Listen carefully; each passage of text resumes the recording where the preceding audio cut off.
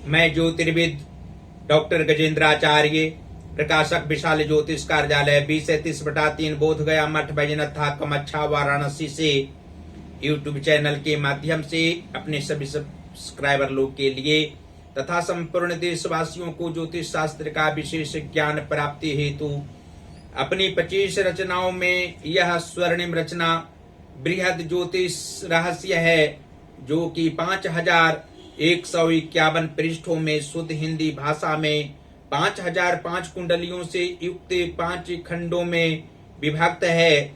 इस ज्योतिष महाग्रंथ बृहद ज्योतिष रहस्य को इतनी कलम अर्थात 525 कलम से मेरे द्वारा रचना हुई है। आज आप लोगों को जन्म कुंडली के 6ठम भाव में मंगल और बृहस्पति ग्रह को एक साथ बैठने का फल स्पष्ट शब्दों में वर्णन करने जा रहा हूं। जन्म कुंडली के 6ठम भाव में मंगल और बृहस्पति के मेल से जातक समाज सेवी तथा न्याय प्रिय कार्य करने वाले होते हैं।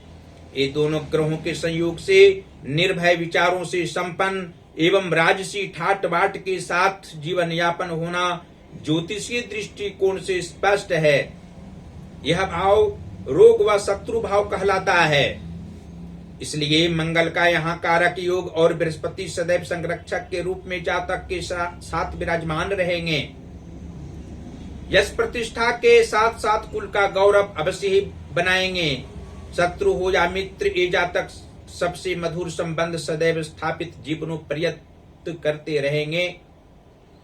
धर्म कार्य के विरुद्ध कदापि ये नहीं चल सकते तथा समाज व देश की सेवा को ही सर्वोपरि धर्म समझने वाले होंगे।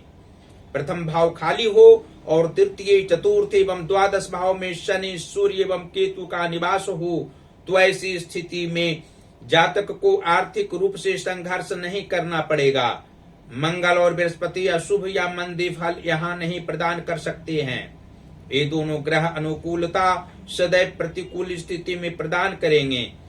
46वें वर्ष के उपरांत समाज के लिए अत्यंत महत्वपूर्ण व्यक्ति के रूप में विख्यात होंगे। इनकी सभी परिवार सुखमय जीवन व्यतीत करेंगे।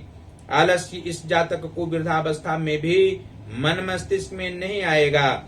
शारीरिक कष्ट तो बाल्यावस्था के अलावा मध्यावस्था या वृद्धावस्था में नहीं होगा। और यह भी स्पष्ट शब्दों में आप लोग जान सकते हैं कि जन्म कुंडली के कर्म भाव के स्वामी बुध ग्रह हों तथा मातृभाव के स्वामी गुरु बृहस्पति हों तो 6ठम भाव स्थित मंगल और बृहस्पति के प्रभाव से जातक कर्म क्षेत्र में प्रसन्नता पूर्वक जीवन यापन करने वाले होते हैं।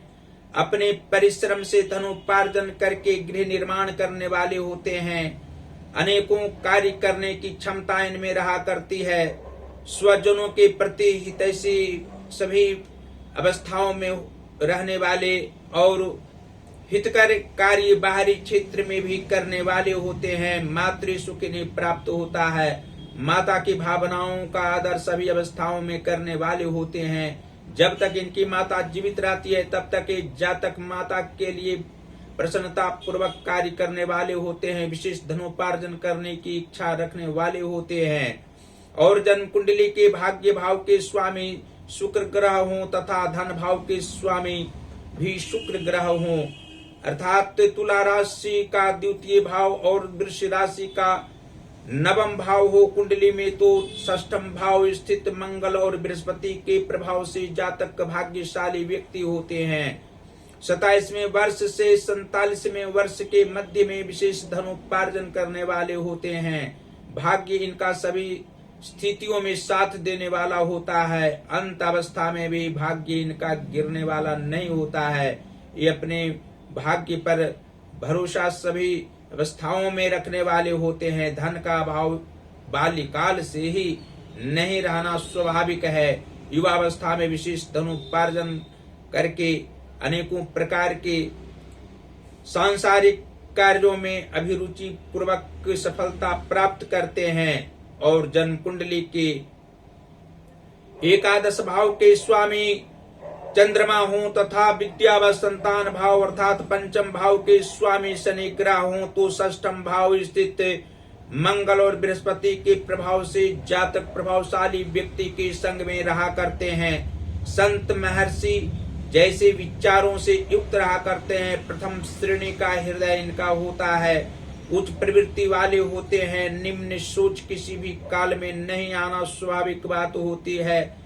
जातक को पुत्र सुख की प्राप्ति विवाह के उपरांत होती है और जब तक जातक जीवित रहते हैं पुत्र की कामनाओं के लिए भी अभिलषित देवी देवताओं के मध्य में मंदिर में जाकर उसकी कामना करने वाले होते हैं और अन्य जनों के पुत्र को भी अपने पुत्रवत आचरण करने वाले होते हैं। प्रेम भावना इनमें सदैव रहा करती है और अनेकों प्रकार के धार्मिक कार्यों में भी अभिरुचि रखने वाले होते हैं। और जन्म कुंडली के सप्तम भाव के स्वामी गुरु बृहस्पति हों तथा लग्नेश बुध ग्रह हों तो षष्ठम भाव स्थित मंगल और बृहस्पति के प्रभाव से जातक का दाम्पत्य जीवन खराब किसी भी काल में नहीं रहता है। दाम्पत्य जीवन में अनेकों प्रकार के सांसारिक सुख प्राप्त करते हैं। धन संपदाओं का अभाव किसी भी काल में नहीं रहता है। स्वजनों के लिए विशेष परिश्रम करने वाले होते हैं। समत्व विचार इनके अंदर रहना भी स्वाभाविक है। इनकी आयु दीर्घायु होती है। ऐसे मध्य अवस्था के पहले भी शारीरिक कष्ट कर अवश्य होते हैं। शारीरिक कष्ट के कारण शरीर में दुख होना स्वाभाविक है। अधिक समय तक शारीरिक कष्ट रहने की संभावना रहा करती है, लेकिन वृद्धावस्था के अंतिम चरण में इनकी मृत्यु होती है। और अंत में यह आप लोग जान सकते हैं कि जन्म कुंडली के पराक्रम भाव के स्वामी मंगल ग्रह हों तथा आयु व मृत्यु भाव के स्वामी भी मंगल ग्रह हों, अर्थात वृश्चिक राशि का तृतीय भाव हो और अष्टम भाव मेष राशि का हो तो षष्ठम भाव स्थित मंगल और बृहस्पति के प्रभाव से जातक सामाजिक क्षेत्र में प्रतिष्ठा प्राप्त करने वाले होते हैं। समाज सेवी विचारधाराओं से युक्त रहने वाले होते हैं। समाजोत्थान करना इनका मुख्य उद्देश्य रहा करता है और सभी व्यक्तियों को प्रेम करना इनका स्वाभाविक लक्षण होता है। सभी धर्मों के व्यक्तियों से प्रेम रखने वाले होते हैं। आगे बढ़ने की क्षमता इनमें अवश्य रहा करती है। ये अपव्ययी नहीं होते हैं, किसी भी रूप में धन का दुरुपयोग करने वाले नहीं होते हैं। और अंत में यह आप लोग जान सकते हैं कि जन्म कुंडली के नीच भावों में यदि शुभ ग्रह बैठे हों और उच्च भावों में पापक ग्रह बैठे हों तो षष्ठम भाव स्थित मंगल और बृहस्पति के प्रभाव से जातक को शारीरिक कष्ट की सामना अकस्मात किसी भी अवस्था में न करनी पड़े, मानसिक तनाव नहीं हो और आर्थिक तंगी किसी भी रूप में न जीवन में आवे। उसके लिए मंगलवार को हनुमान जी की आराधना अवश्य ही जातक को करनी चाहिए। यदि स्त्री वर्ग की कुंडली हो तो माता भगवती की आराधना अवश्य करनी चाहिए। नवार्ण बीज मंत्र का 3 माला जाप करने से जातक को सभी प्रकार के सुख प्राप्त हो सकते हैं। शारीरिक कष्ट कदापि नहीं हो सकता है। और बृहस्पतिवार को बृहस्पति भगवान के मंदिर में जाकर कथा पूजा करने से आत्मिक सुख प्राप्त होगा। सांसारिक सुख प्राप्त होना भी स्वाभाविक बात होगी। और भगवान शिव की आराधना तो नित्य दिन ही जातक को करनी चाहिए। शिव पंचाक्षरी मंत्र का 3 माला जाप करने से अवश्य ही मनोवांछित फल अकस्मात किसी भी काल में प्राप्त हो सकता है। रुके हुए कार्य संपन्न हो सकते हैं। और जन्म कुंडली के सभी भावों के अनुसार षष्ठम भाव स्थित मंगल और बृहस्पति के प्रभाव से जातक को अच्छे मित्र की प्राप्ति हो सकती है। मित्र सुख प्राप्त हो सकते हैं। इनके कम ही मित्र होते हैं, लेकिन अच्छे विचारों से युक्त रहने वाले होते हैं। और अंत में फिर इस ज्योतिष महाग्रंथ बृहद ज्योतिष रहस्य को आप लोगों को अपने अपने घरों में अवश्य ही मंगवाना चाहिए।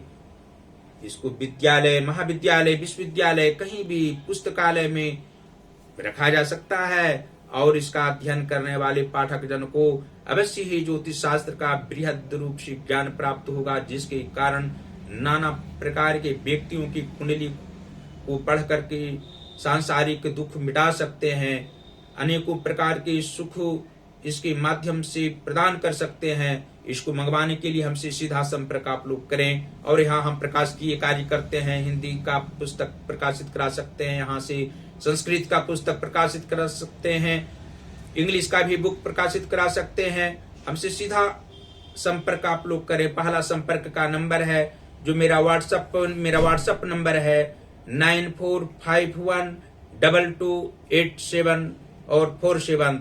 दूसरा नंबर है जो मेरा पेटीएम नंबर है 88407617 और 92। और आप लोग को हम यह दर्शाना चाहते हैं कि अपनी 25 रचनाओं में मेरी जो 7वीं रचना योग साधना निधि 125 प्रश्नोत्तर में है, इसको अवश्य आप लोग अपने अपने घरों में मंगवावें।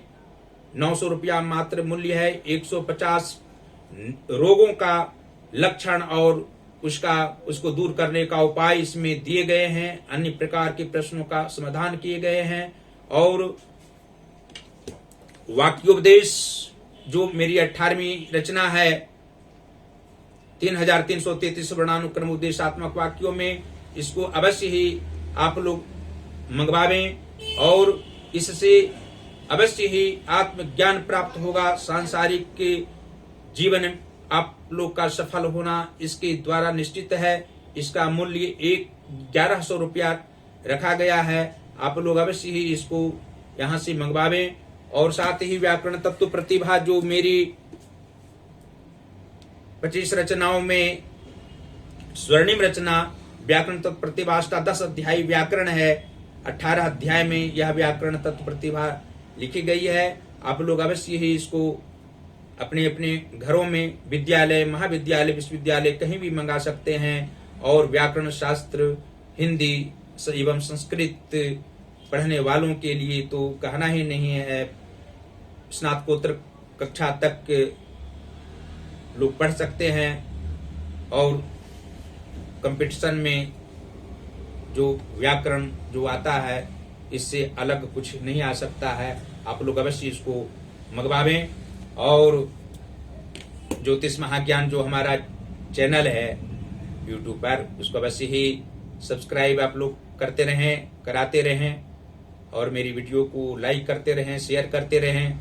भगवान देवादिदेव महादेव श्री काशी विश्वनाथ जी की असीम कृपा आप लोगों पर बनी हुई रहे। साथ ही माता अन्नपूर्णा जी की असीम कृपा निरंतर बरसती हुई रहे आप लोगों की प्रति। सदैव माता की अनुकंपा रहे। आप लोग स्वस्थ रहें, प्रसन्न रहें, अपने परिवार परिजनों के साथ सुखमय जीवन व्यतीत करते रहें। और हमारे सभी वीडियो को आप लोग प्रेम पूर्वक देखते रहें और पूर्ण रूप से आत्मज्ञान प्राप्त करते रहें, शांति पूर्वक जीवन जीते रहें। धन्यवाद।